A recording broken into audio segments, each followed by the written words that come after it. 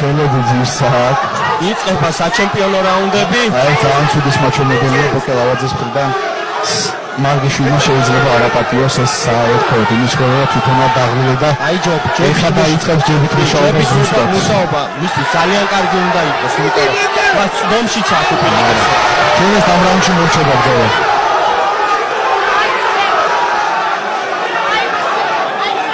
მიუხედავად იმისა, რომ ეს ორივე მებრძოლი ძალიან დაღლილიანი ორივე წინ მიდის და აი ორივე მართლა ძალიან დაღლილია. ორივე ცდილობს რომ სიმართლე არ მეგონება დაიღებოდა ესენალი. ანუ ესე მეოთხეში ესე დაღლილი არ მეგონება. ერთი წუთია დაუთმიან. ზადარის ბოკელავაძე რომ დაუთმევენ, ზადარის დაუთმევენ რომ სული ამოისუნთქოს. ისლავას უბრალოდ იმდენად დიდ ზავასთან იწევს დამკვირვებლად ლუკასთან. ეს რა თქმა უნდა უფრო მეტად დამთანცველია. ბოკელავაძე რომ ყოფილიყავდა მისი კუთხე ყოფილიყავდა ვეთქოდი რომ ბოთ გაუძოს ამ ორ რაუნდს, იმიტომ რომ არ არის გამორიცხული. აუ ეს რა დარტყმა გაუტარა და კიდე გაუტარა და კიდე იქნევს. აი რაზე ვსაუბრობ. მიუხედავად თუილად არ უნდა მოიქნიოს, თორემ მაინც მისი მძიმე ხელი ყოველთვის იქნება საფრთხე იქამდე სანამ ბრძოლა არ დასრულდება. კი, მაგრამ აი ეს ეხლა ნამდვილად ის დავა არ არის რაც პირველ რაუნდში იყო. კიდე გააჩერებენ. შეიძლება მორჩეს ბრძოლა, ვამბობ.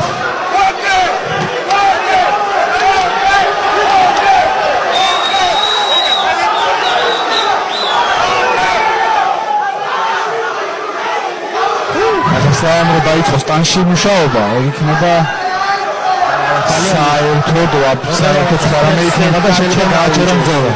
ეს ფაქტურად სლავამ ყველა თუ წააგო პირველი სამი რაუნდი, ყველა სამი რაუნდი ამ რაუნდში ამოიღო და როგორც ჩანს სლავა მარგიშვილისკენ მიდის ბრძოლა, ძალიან ახლო მიწყებენ ბრძოლას, დისტანცია უნდა მიცემ.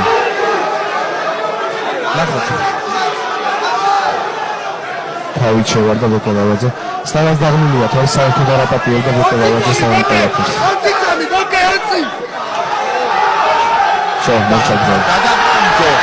დაიგარჯა სლავამ. ძალიან საინტერესო